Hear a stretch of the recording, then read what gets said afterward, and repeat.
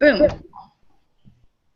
Welcome to the Blast Network. I'm Tracy Becker, and I'm here today with our hosts, Sue Busen, Nancy Gligoric, as well as my fellow Blast Network co-creator and today's topic leader, Jennifer Gligoric. We all want to thank you for joining us today.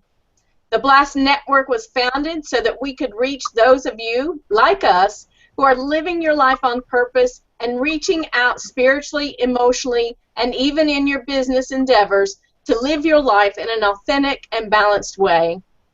Who are we? Well, we are a team of specialized coaches. Each of us are experts in our own respective fields: healing, meditation, health and wellness, love, transformation, technology, and business. We have come together because we have a burning desire to share our varied and unique and complementary skill sets with you because we are going to change the world.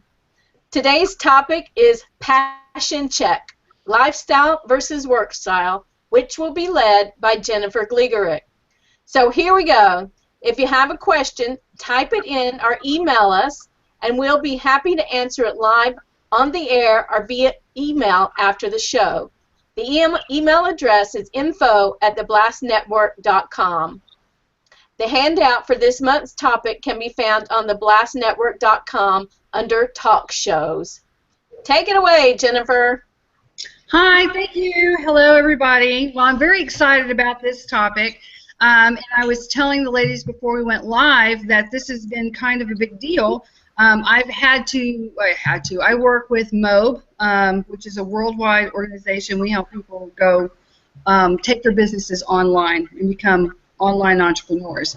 And I wrote an article that appeared this last month in Lifestyle Entrepreneur magazine talking about entrepreneurial peer pressure, because I noticed, and I've talked to a lot of people who, although they're very successful, you know, they can pay their bills, they have enough food, their kids are healthy, they're relatively healthy, you know, everybody's got their little glitches, but you know, things are pretty good. They're kind of miserable. And it's because a lot of people who are successful or who are really striving to do better in their lives, they get inundated with peer pressures a lot of times. And they want to live in more heart-centered ways, but at the same time, you know, there's the difference between having to pay bills and having reality, and then, you know, taking time for oneself.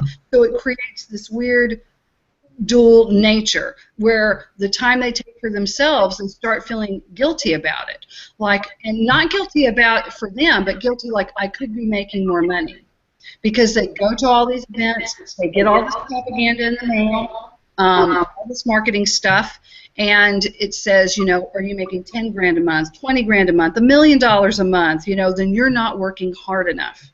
And there is this little thing, are you working, it used to be smarter, not harder, but really what it meant is, are you not working hard enough? You know, it just really kind of hammers people. So I talk to people about how much is your enough, because they get away from that in many ways. So I was going to ask the girls here, do y'all ever get that, or have y'all heard that with some of your own clients or even with yourselves?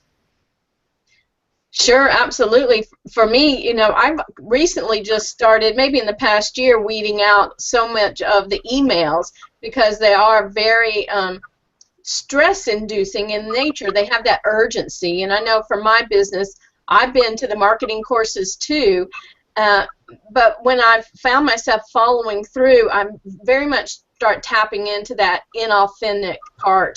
It feels very inauthentic to me, and I'm not having fun. And once I realized that even though I was following somebody else's success plan, it wasn't my success plan.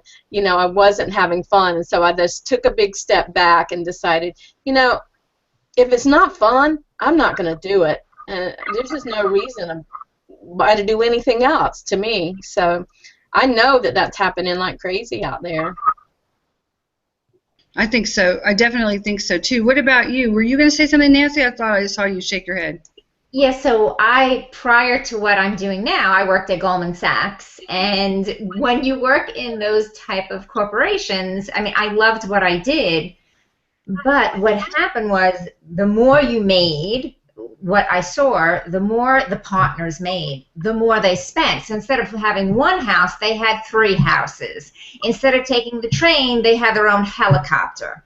So it was like you could be making, 7 figures, but what are you spending? So now they're on this roller coaster, and they can't get off because now their income's high, but their expenses are high, and none of them were happy. I mean, who died of a brain aneurysm? Everybody's having, extramarital issues going on because they're trying to find what they're missing in another person.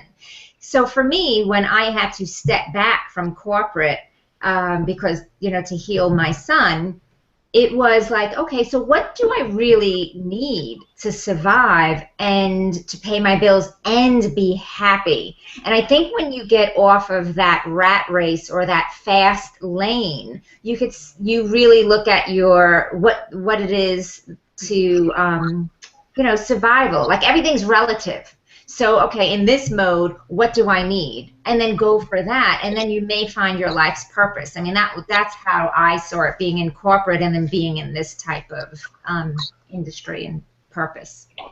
Yeah, I think so too. I mean, I see it a lot with really driven entrepreneurs like that, and it's really funny. And you can see this in like the world at large. How many times do we see these ridiculously successful guys in the news, and they have these bizarre affairs, that are just like with women, you're like, what, did you just go on looking under rocks? I mean, that's not I feel bad for the women, but I mean, it's just like, they have these loving wives at home. I'm thinking of that one general guy, and then you find all this just stuff, or that Anthony Weiner, right? That's his name, Weiner, whatever it is. Yeah.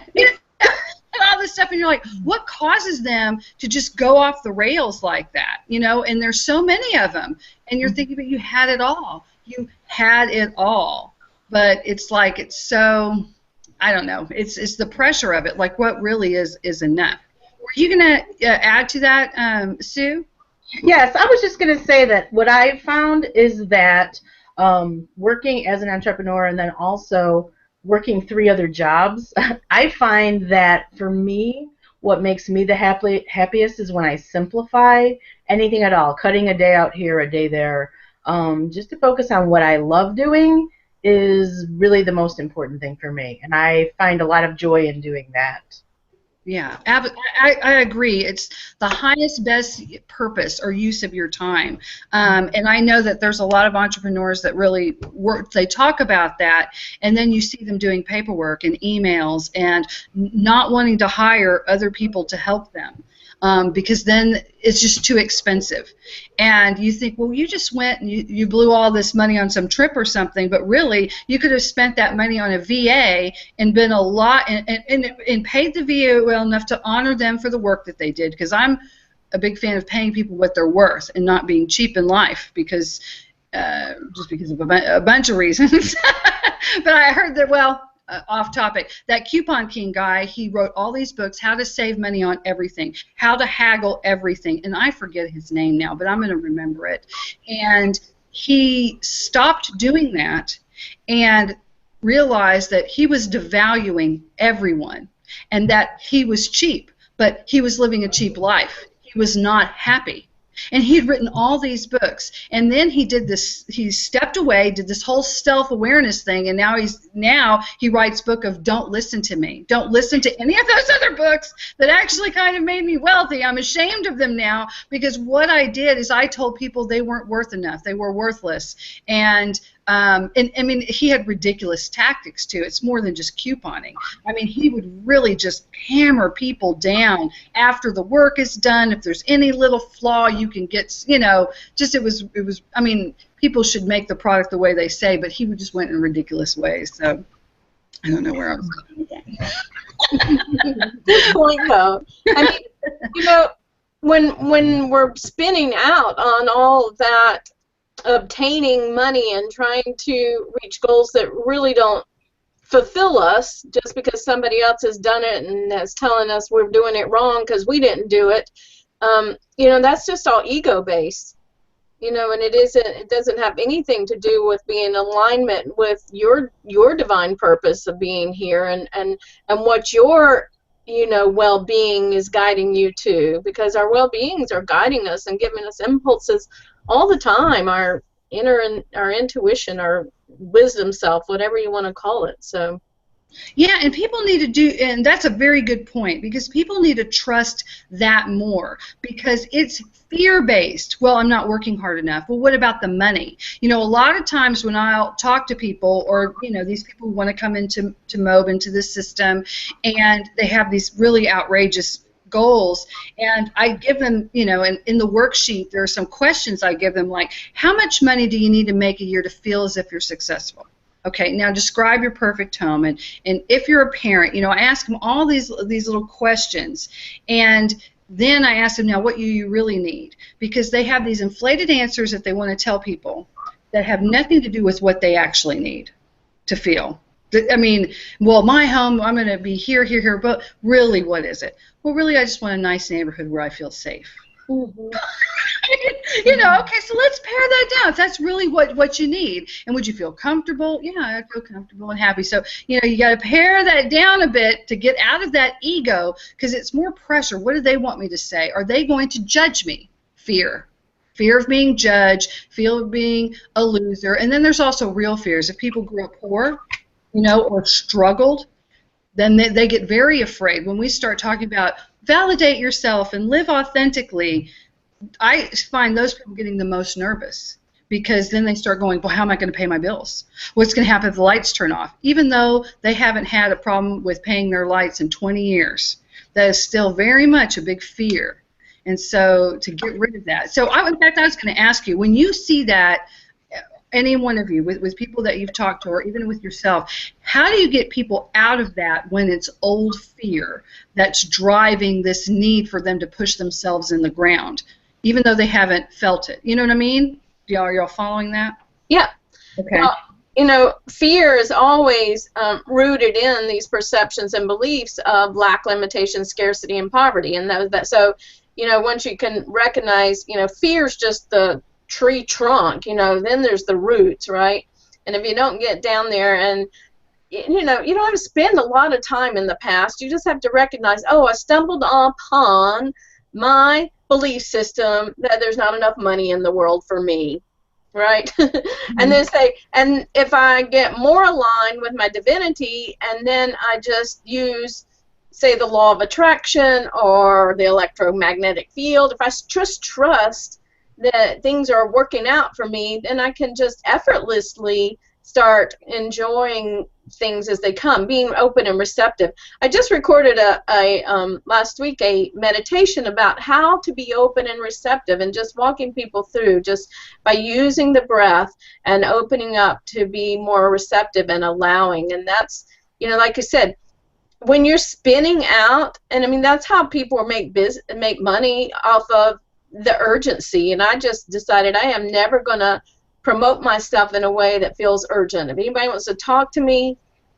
I'll talk to you, but I'm going to give you what I got and send you on your way, because one of my greatest missions in life is that every person on the planet can sit still with themselves long enough to make the best choice for them. And I don't really want to be involved in that unless they're paying me to be involved in that, right? I want everybody to, and not buy because of this and because of that, and of external impulses and intrusion, so to say, conditions, whatever. Right. Sue or Nancy, did y'all want to add to that? Yeah, I think it's so important for people to be aware. I don't think people are awake really to their own feelings. So when that starts coming in, you want to tell the person, take a moment in yourself and see what's this bringing up. It's like when you're at the ocean and you see the tide go out and then it comes in, So this is bringing in a lot of old past memories, feelings, probably issues that have not been resolved.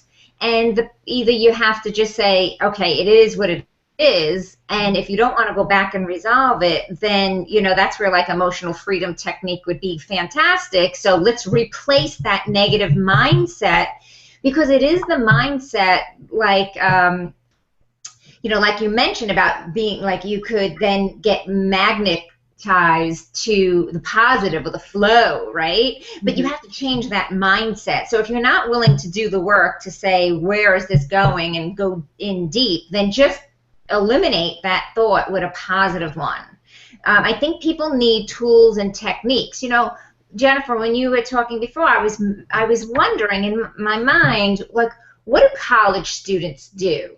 You know, how do they come into a career? Is it because mom and dad have steered them in that direction? Is it because they take a class and they really relate to a professor?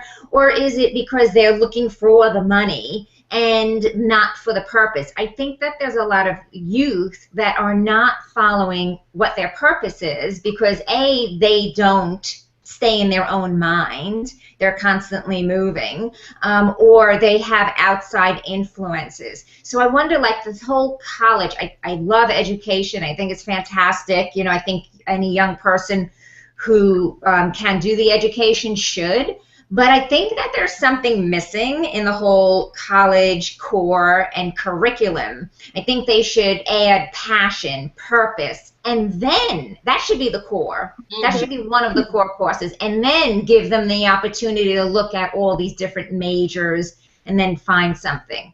So I have, you know, there's a part of me that wonders if the future working generation are going into the wrong things because they're not coming from purpose. You know, I believe that that was true for a while, but I think the millennials, from what I've seen, just in hiring. Now, I do a lot of hiring. Like today, this last week, I hired 5 different people, and a lot of them are in their 20s, in different age. So I would say that they really run the gamut, but I'm talking to a lot more young people, and they're all hitting that same wall. It's everything you're talking about, I think, is true, and then they go out into the real world, and the real world kicks them to the curb.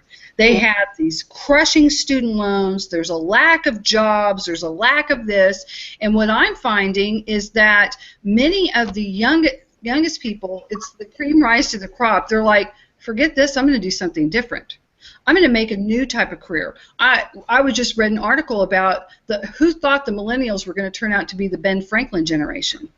And that, I thought, they're right. I am seeing some really innovative type of people coming out now that I kind of felt, you know, I'm very conservative on many things. So I'm like, these kids today, you know, that's something I would say, right? And then I thought, well, but I'm seeing some very innovative ideas and thoughts and things that are coming out, and they are adapting in a much different way. They're coming up with new ideas and new ways to work, and they're finding their passion, and they're redefining the workplace. You know, I'm working with a company that we have 150 people all telecommute, and who would have thought of that? You know, that is the standard, is telecommute. The corporate office is like 5 people in, and they're hardly even in there. You know, and I'm seeing that's happening more and more and more. There's more of a shift towards production versus hours. You know, whereas before, in like different generations, it was, you're going to show up. It doesn't matter if you're done at noon. You're going to show up and you'll find something else to do. And it doesn't matter if it's mind-numbing. If it doesn't matter what it is, you're going to be busy, mister. And then you leave and you clock out. And we have, I guess, Gen Y, or, you know, the 90s, 2000s, and 2010s, golly. And so, all these generations are redefining it. So I do think that it's, I think that you're right that has happened, but I believe that there's going to be a positive ending to it, at least from what I've seen. I really do think there's going to be a positive ending. Well, I think before 9/11, the mentality was to work, work, work, and I think after 9/11, it was a wake-up call, and people were like, all those all those people who perished in those buildings were mostly in financial, and I know that, you know, we lost very special dear people in those buildings, and it was because they had to get in before the partners to actually get this huge bonus at the end of the year. So they were handcuffed to that, and they had to do FaceTime. So it was, you had to put in the hours, you had to get in at 6, and that's why there were so many people in there. at that time. And I think after that, people took a step back and said, you know, for what purpose to work all those hours, and then we're not with our families and loved ones. So I've seen a shift with that mentality. I have also seen in universities that there are many of the conventional, you know, path and careers, and I think they're missing their purpose. And then later on, when they're a little older, you know, and they've come out into the real world and they've seen, you know, oh my gosh, I can't make $1 million, you know, in a few years, so I got to climb up this corporate ladder, and I may not be willing to do that. They either, you know, they find something else, and then they get very innovative, you know, and they do more entrepreneurial things. And, you know, there's many ways to cut the pie of finances. You don't have to just bring in finances with one income source. You can try different ways to get to that ultimate number that you're striving for. So I have seen that as well. I think it'll be interesting over the next 5, even 10 years, what happens. Observing and going in and saying, you know, this, you don't own me for $9 an hour, right? And I think we see that a lot now with like the Black Friday sales. So many people this year, all of the stores opened on Thanksgiving, and so many families had, you know, their kids who work minimum wage jobs forced to work, you know, and miss out on their family traditions. That's just mind-boggling to me. And I refuse to shop just because I didn't want to support the practice. I refuse to go out on any holidays and shop. I won't do it. Yeah. Because I am just disgusted. Of course, I grew up in Texas, and we used to have the blue law. So on the blue law, you could not go out on Sundays, any Sunday. You could get, like, the grocery store was open until, like, from after church, I guess, like noon to, like, 3. And it was only for staple food, just so someone wouldn't starve. But you couldn't get toilet paper. I mean, you really, those sections, they would put a little rope on it, were completely closed off. Wow. They only had certain foods, and that was it, and you went. No alcohol was served. And you know what? It didn't kill anybody. That went on for years and years and years. People got to have family time, and it just seemed like, I don't see, people would be, they would freak if that were to happen now, but I loved it, you know, and of course I was a kid, and I look back on it and I'm like, you know, that wasn't bad, not at all, to have it like that. What I do is a tactic, you had talked about this, Nancy. Well, what do you do when they're stuck in that? I always reverse engineer it. Like, if they're stuck on numbers specifically, well, I need to make at least $1 million, or I need to make this. And then I write it down, because in sales, you know, and I come from a big sales and marketing background, whenever you want to get someone to buy what you want, you reverse engineer it and show them how cheap it is. You know, for less than $1 a month, you can afford security for your house, right? You know, because that's, $1 a day or something. I can do that. You know, I spend that on my Cokes, right? So if you think about $1 million a year, right, that's $83,333 a month. It's $2,739 a day and $480.77 an hour before taxes. Wow. So then I say, so that's what you want to make? Yes. Okay. So what do you realistically think it's going to take for you to make that right now? How hard are you going to have to work? What do you think takes to bring in that much income? Because it does. It doesn't have. It's not an easy task. Now, is it doable? Are people doing it right now? Yeah, there's tons of people doing it right now. But they're sacrificing something else. Privacy if they're celebrities. You know, the ability to wake up and go to the store if they want to.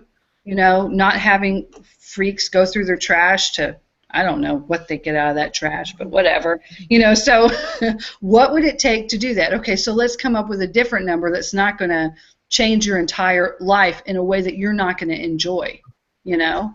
And so then we put it back down to more realistic like numbers. Because when you think about that, $480 an hour, that's like a lot to make $1 million, but you have to work hard for it. And there's a disconnect between working and getting it. You know, they want that. Wanting it, and yeah, making it happen. And then going, okay, what's it going to take to do it? Because it does take something. And I work in an industry where we tell people they can make that all the time, and they can, you know, but they have to do the work. So then I see many people. We have a training course that we give people. It's like 21 days, and day 4 or 5, people are like, this is not what I thought it would be at all. Because it talks about hiring, getting a business loan, how much money you have to spend each month on traffic. People who do, $1 million, they're spending 12 to 14 higher a month, grand, on traffic, on ads, from Bing to Facebook to pay-per-click. I mean, that's their budget for that. Other people, their budget would be widgets, or to buy the plastic to make their toys, or whatever it would be. If you're online, it's traffic. And but I should get something for nothing. Like, one of the things, this is interesting, Oscar and I did, we decided to do this abundance exercise. So on day 1, we each got $1,000, and we had to spend it all that day. And then day 2, we each got $2,000. And we were collaborative. When we had a little private Facebook page that we did this on. And so we could collaborate every day about how we're going to spend this money. I tell you, I don't know how long we went. I have to go back and look.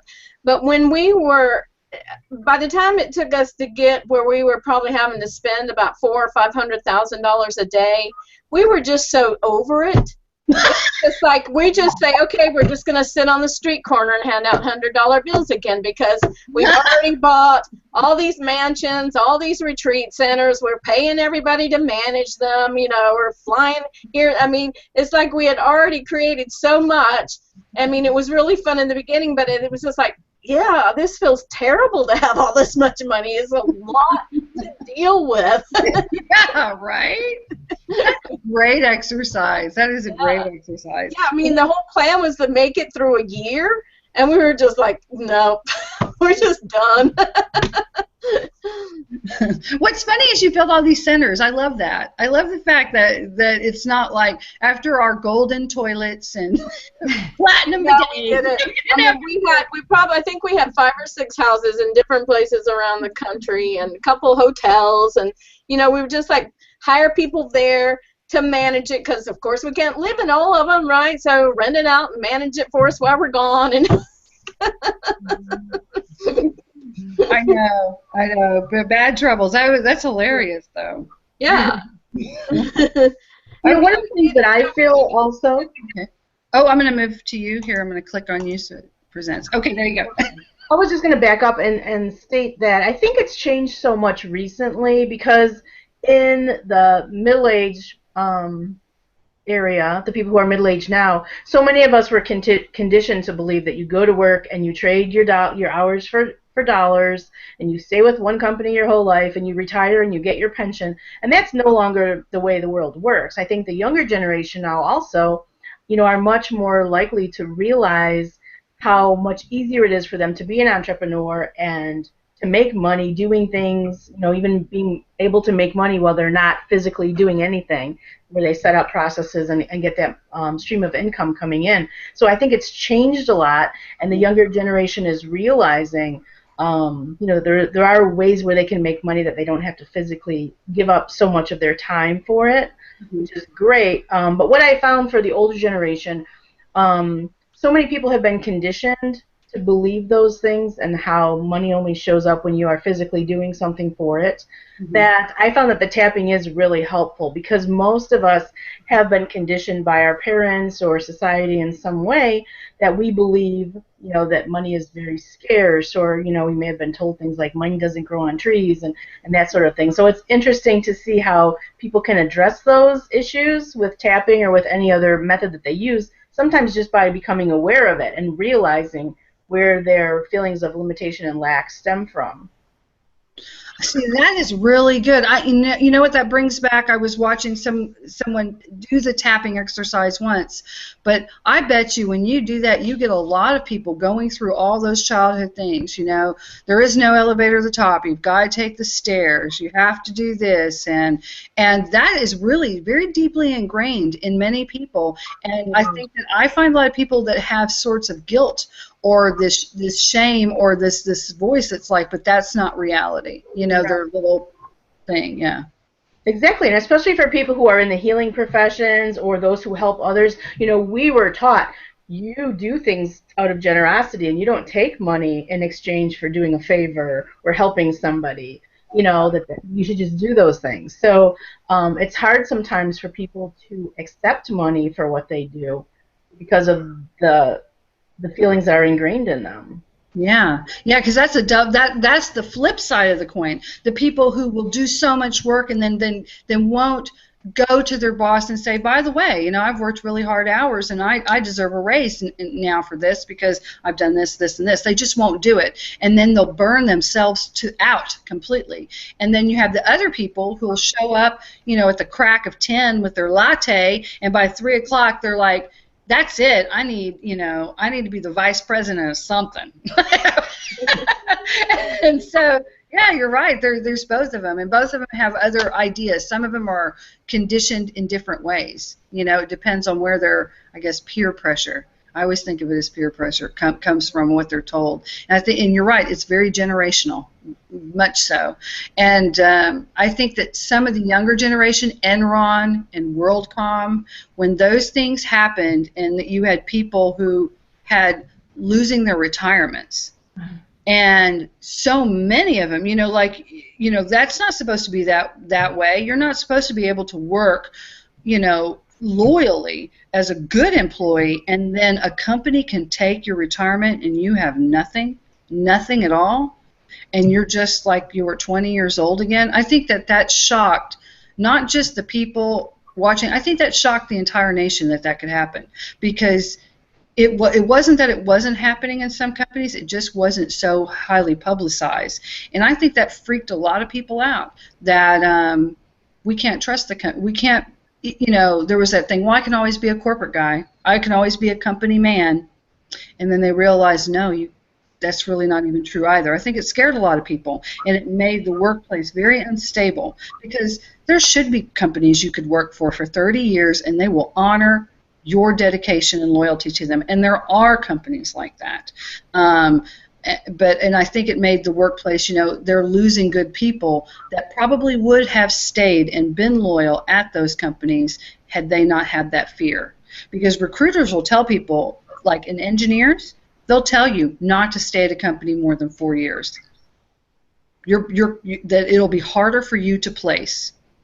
And so engineers are even told that in school, and by the recruiting people that come to them. You don't want to stay and become a gray man. That's what they call them, a gray man. You want to go and you want to move. And I think that's very detrimental too. I think all types of personalities should be able to find their place, and companies should be able to attract that from them. And I'm hoping that will shift, but I don't see the shift on that one yet. Okay, so then I'm going to move on to time and not numbers. I was looking at a TEDx talk about the 5 top regrets of the dying, and I was reminded about it when I did this talk, because I was telling people not to focus on these numbers, because I see so many people numbers-based, just very much so, with their time, with how they schedule their kids, and how they do everything in their life. I've got to have this many groups for my son, and they've got to be involved in this many actual activities, and then I have to do this and go here and do this. It's all just numbers, numbers, numbers. And so I thought it was really sobering when it was a palliative care nurse who would go to hospice, and she started recording this, and she did this over a lengthy period of time, and she started a blog called Inspiration in Chai, and it gathered so much attention that it was into a book, The 5 Top Regrets of the Dying. And these are the top 5 regrets. The list: I wish I'd had the courage to live a life true to myself, not the life others expected of me. And that was the most common. So I think that's really interesting. Very much so. Not, I wish I would have, been a millionaire or a superstar. I wish it would have been more true to me. 2, I wish I hadn't worked so hard. And that was universal among males, because males have a lot of pressure, to be providers and to do that. 3, I wish I'd have the courage to express my feelings. 4, I wish I had stayed in touch with my friends. And 5, I wish that I had let myself be happier. And to the researcher, that one surprised her on how common it was, because she thought it was a very introspective sort of thing. And so they did not let themselves be happy. And that one caught me the most too, not just there's no number in that single bunch, but that people are not allowing themselves to be happy. And they force these numbers, but they don't put the numbers where it belongs, and I think on time. That if you actually put it down to how much time you want to spend on different activities, then you can have the income you want and the lifestyle that you want, if you're realistic with it. And I don't know if any of y'all have done that with any of your clients. So I was going to ask you about that. Have y'all ever have to reverse engineer someone's like lifestyle when they just get either overbooked or not booked enough? Well, just like you said, I have this exercise, and I call it the deathbed goals. So it's similar to what she did. You know, I have them project themselves to their deathbed. You know, they're not getting up, and it's kind of these open sentence stem questions like, my life is not a complete success because I didn't, and I wish I had of. And then from all of those, and we take it and connect themes, and we create basically a new mission statement for their life, so that the things they're putting so much energy and time in and focus on usually are not on the list, or very few of them are on the list. You know, and just, you know, people come in, they're worried about, I don't know, the price of gas, right? You know, it's not going to matter. You know, whatever, you know, their thing is, it's not going to matter, you know, in the end of it all. And so, you know, and it's a beautiful exercise, and it's hard. And I tell people, I said, if this isn't hard for you to do, you're not digging deep enough. Yeah, I think it is hard for people because I think that most people who are successful, they're trying to be successful, they're way overextended on things that really don't matter, especially parents for some reason. I see parents who are really overextending themselves and their kids, like in crazy ways. And in fact, I was listening to the radio. We have this great show, you know, those funny radio shows in the morning, and on it, a lady called in for advice, and I'm thinking, to the radio, but okay. So her 8-year-old son, they had asked him, what would you like to do, a sport? Yes, I would like to be in baseball, right?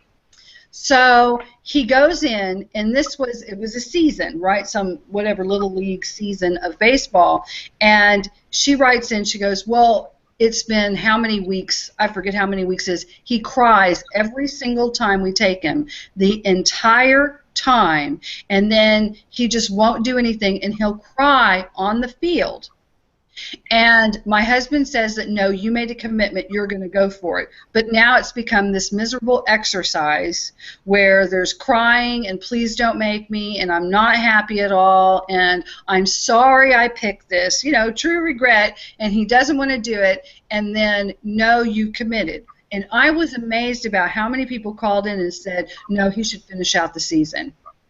He should know that he made a commitment and he stuck it out. And I'm like, man, that's not like a little goal, man. That's an entire season of baseball to have the entire family be angry. You know, like, I don't know. For me, I thought that was crazy.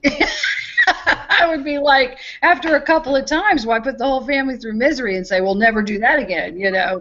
Because certainly not the path of least resistance, right? Right, not at all. But, you know, amazing how many parents said, well, we did that one year, they hated it. Then we did another year, they hated it. And now this year we finally found something. They had all these stories, or that it ended up changing around. And I just thought, that just seems like so much incredible work, you know, for everyone.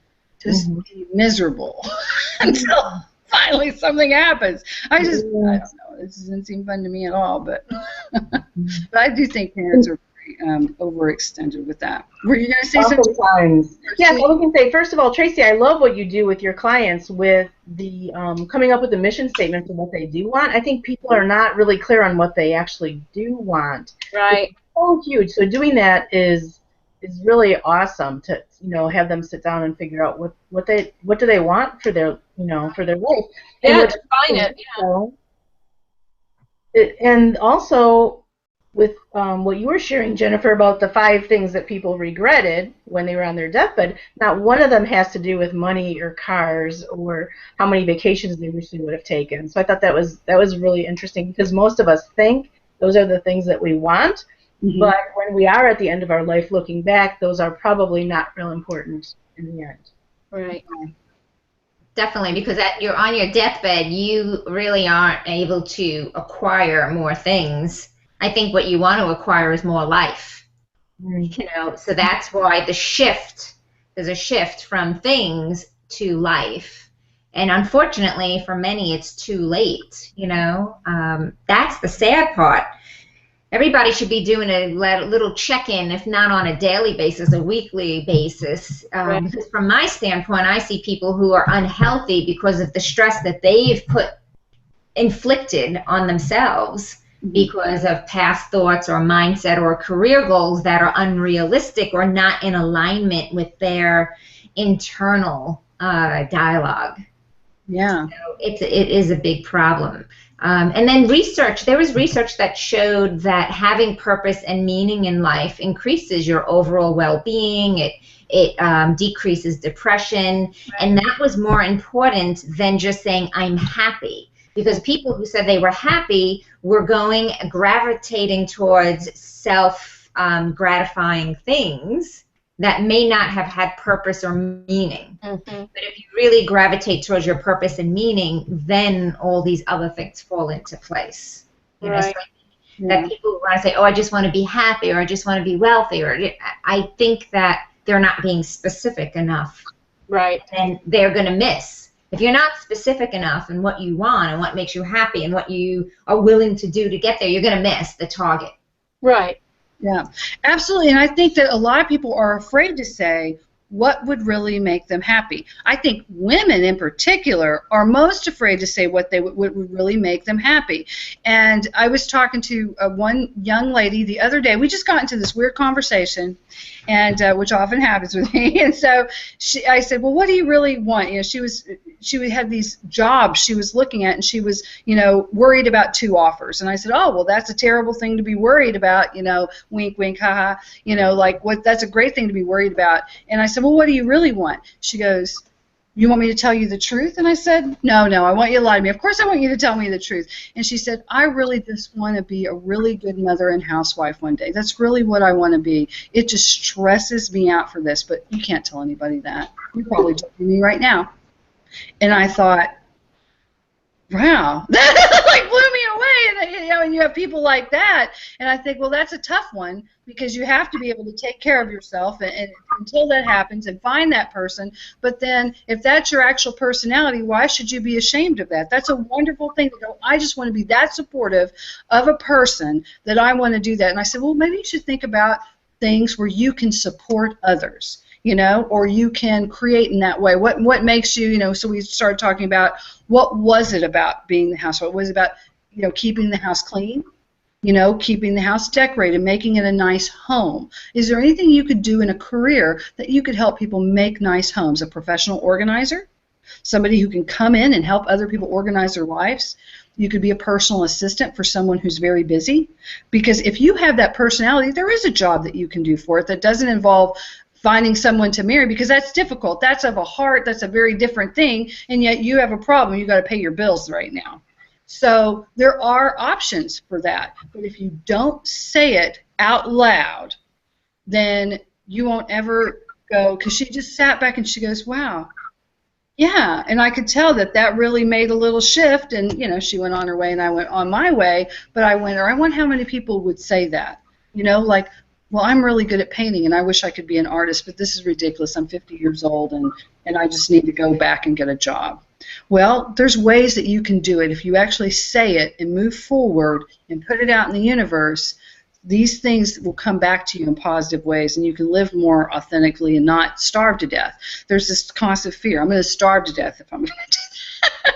Really, I don't think it's, you know, it's true. You know, I do believe there's something wonderful for everyone, but that is an exercise where you really have to give yourself up to the source, you know, and put yourself in that vortex, and then you feel it a lot more.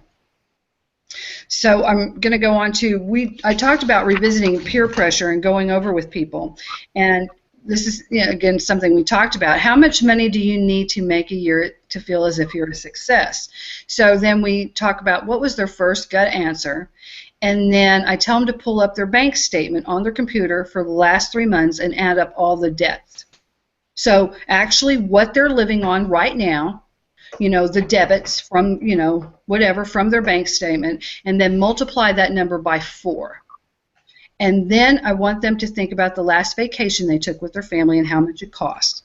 So then I thought, well, what's an average? And then thankfully American Express had averages. So they say American Express's average is in the United States per person is $1,145 or $4,580 per family of 4. So I tell them to take that number and now multiply it by 12 and ask them what number that is. And you'd be amazed when I did this with me or when I do this with other people, how many times that number is so much less than the number they immediately said. How much do they think they want to make? It's markedly less, much more easier to do. And that is what they're doing right now and taking a vacation every single month.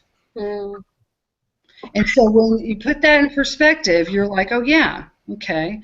And then I tell people to describe their perfect home, and only use descriptive words.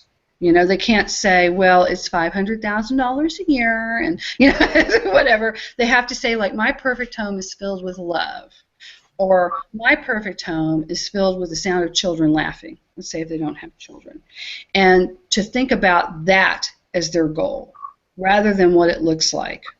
Because if you think about what it looks like, then you'll turn, the Martha Stewart in you will come out, and it's just like, you'll spend 5 hours, handcrafting placemats, or whatever, which is just crazy. But you're focusing on how it feels, and that's the most important thing always, right? Right, yeah. And if you do those feeling exercises, and there's one, I think it was either you or Tracy Joe when she was on the call, Tracy Becker, and y'all had done an exercise where 60 seconds a day you had to think and talk out loud and just talk about like your biggest fantasy. Like, yeah. I just want to thank the Academy for nominating me for this wonderful award, and so you do that, and I've been able to help all these charities and whatever, and and I'm really glad Lady Gaga is here, and or whatever, whatever you. Yeah, it's just to generate some positive momentum and expand and have that imagination. So many people have just succumbed to this is it, and they forget to really expand, and to really. The more your mind expands, the more your life expands, right? Absolutely. Absolutely. I agree. I think when you get into those childlike states of joy and you let that emotion go forward, it starts lighting off little fireworks everywhere around you, from your work, from the people you meet, to having some great conversation with someone in the grocery store and then finding out about a new job, and just, because you're feeling all peppy and shiny and, happy. And how many times have we walked around and you see those people, they've got that extra spring in their step, or they've went that little extra mile with something, a little fun clip in their hair, and you say something about it, and then you just get back this energy, this blast of, thank you, well, guess what? And then they tell you about some exciting thing that happened their day, and then you're just like, wow, that's cool. And then all of a sudden the energy just goes boom, boom, boom, boom, and it's great. And a lot of good things can happen with that. Right. Okay, and moving on, if you're a parent, how many extracurricular activities is your child involved in? Then we go over all of that, the impact of every one of them, how does it impact the family as a whole, and then I usually tell them, so what do you think your child is getting out of this?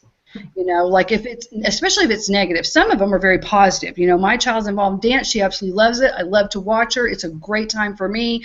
Sometimes I can do work, and she's all happy. We love it. Okay, that's fine. But if they're not negative, think about what the goal of the activity is. And then if that's the goal, is there anything else you could be doing as a family that could meet that goal that may not be so stressful? And now everybody watching the show. Well.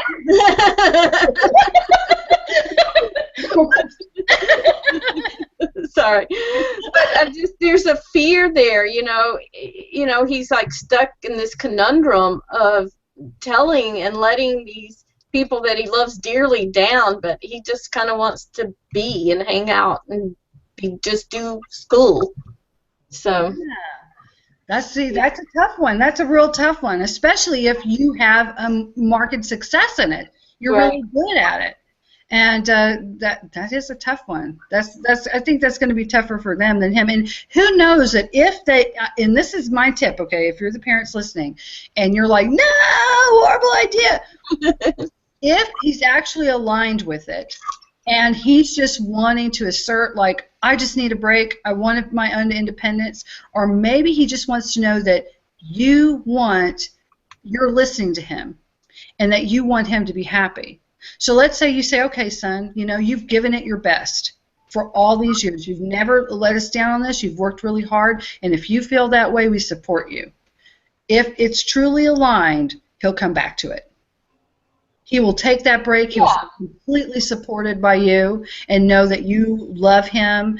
And I think that you have much less my personal opinion, and I might be wrong, but my personal opinion is that you'll have less regrets in the future if you state it that way and let him know. But if you ever want to come back because you are so good at it, and we'll support you with that, because sometimes they just need to know that. And I know some parents would say, yes, but they'll lose, and it is very competitive. It's too competitive. It is ridiculously competitive. He will lose out on positioning on things. It will be that way. There will be that. And as long as you talk about that and let him make that decision of that, at 17, people go to war at 17, It's not like he's 12, so I don't know. What do you think? I see you doing like this, Sue and Nancy both. What are you thinking about? I know friends who have pushed soccer on this child for years, and I think he really likes it, but I think it's because it was shoved down his throat. He rebelled when he became a junior in high school, and he dropped out. The parents freaked because they were like, he could have gotten a scholarship and this and that. So, you don't know if it's coming from, I want independence and I'm going to rebel because I want to make my own decision, or if it's because they want a break. But ultimately, it should be up to the individual, I think if you try to jam something down someone else, it's not going to work. And then that's going to hurt their decision making. But we see it younger and younger with parents. They're very demanding on their kids. And then I see it in the office when they come in middle school and high school and they have anxiety, and the parents come, and quite frankly, I would be anxious around these people. I'm not an anxious person. But when the parents walk in with them, I'm like, oh my gosh. I'm just talking about biomedical and nutritional intervention, but you parents, you're giving me like anxiety attacks just being in here for 20 minutes. I feel really bad for the kids because I'm like, there's no medicine or supplement that can help. This is more family dynamic. So I think if you are a parent, you really should look at your dynamics and see what are you putting on onto your kid. The kids, ever since I see this with special needs kids, especially nonverbal kids, they pick up on the parents' personality. They pick up on what the parent is feeling so much. They are so tied in, and you could really be such a benefit and positive influence on your child if you're grounded and know what you want in life and don't put all of that stuff onto the next generation, your child. We see this with nonverbal kids all the time, and I see it with the adults that are anxious. So we really have to take a step back and say, how am I talking to my kid? Where is this coming from? Is this coming from a heart center or not? Absolutely. Absolutely. And I've noticed too that the same kids that are overextended, the parents overextend themselves, and that's the next part of the worksheet is how many weeks do they volunteer or donate their time to some things. And a lot of parents are so into the networking thing, they're doing just those, like, not Lions Club, but there's I forget I forget the name of it, but there's a certain women's club that goes with schools, and now I can't remember the name of it. You know what I'm talking about? The PTA. Yeah, but they have the PTA, but then they have the other one, like the Saint Somethings League, and just all those different things like that. And some of these, hobby clubs take hours and hours and hours a week of people's time. I mean, it's not like show up for 30 minutes and collect stamps or talk about this. It's hours of time. Or gaming things for guys, fantasy football, and I know that that's fun, but then I've seen with guys it becomes not fun. It becomes ridiculously competitive, these leagues that they get in, and then there's all this stuff, and I'm like, shouldn't it be fun? Wasn't that like the whole point of it, to like be fun? And then when it comes not fun, don't do it anymore. Like that thing on, I always bring that up, there's that thing, are you like this? Or are you like this? If you're like this, then get it out of your life. Okay, we're almost done with the thing. Basically, I think it's reality versus propaganda in the end. What is the real reality? And people say, well, reality is I've got to pay bills, I've got to do this. Yes, that is a reality, but there's also the deeper reality of your spiritual self and the whole purpose of life.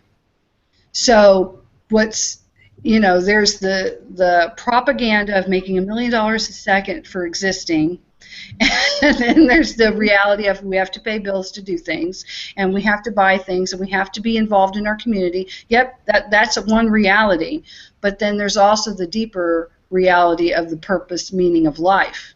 And you can get all your needs met and feel really good with your life, and you're full, and you're not living in a lean-to somewhere, but yet you're being a part of your community and as well. So I guess that was the whole point of it. You can have it all. It's just you have to keep your mind in a different way, frame and set for all that. So we're here at the end, and I think, and then Sue's going to say something. Yeah.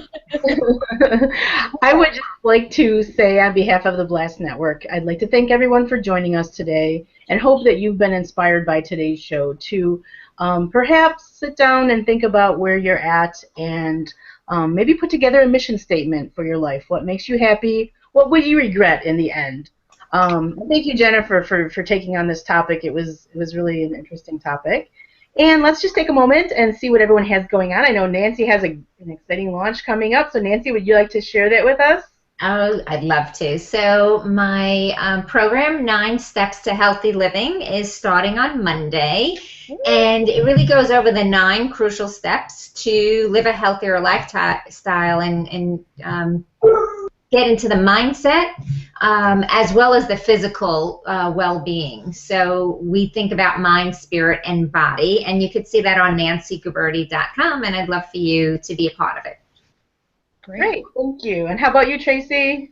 I'm just working so diligently with Nancy and several other of the IM Institute board members, and we're just generating so much yumminess there. But I don't want to give anything away yet, but we've got some very unique programs and stuff coming out. And personally, about the same, call me. I'm coaching, I'm doing my thing. I'm making meditations, and everything's on my website at tracybecker.com on how to get in touch with me and sign up to get basically free gifts and tips and tools and techniques every month. So great. Thank you, Tracy. And how about you, Jennifer? Well, let's see. 9 Gaming Company, we are working on a new app that's a medical app that I'm very excited about for chronic pain patients.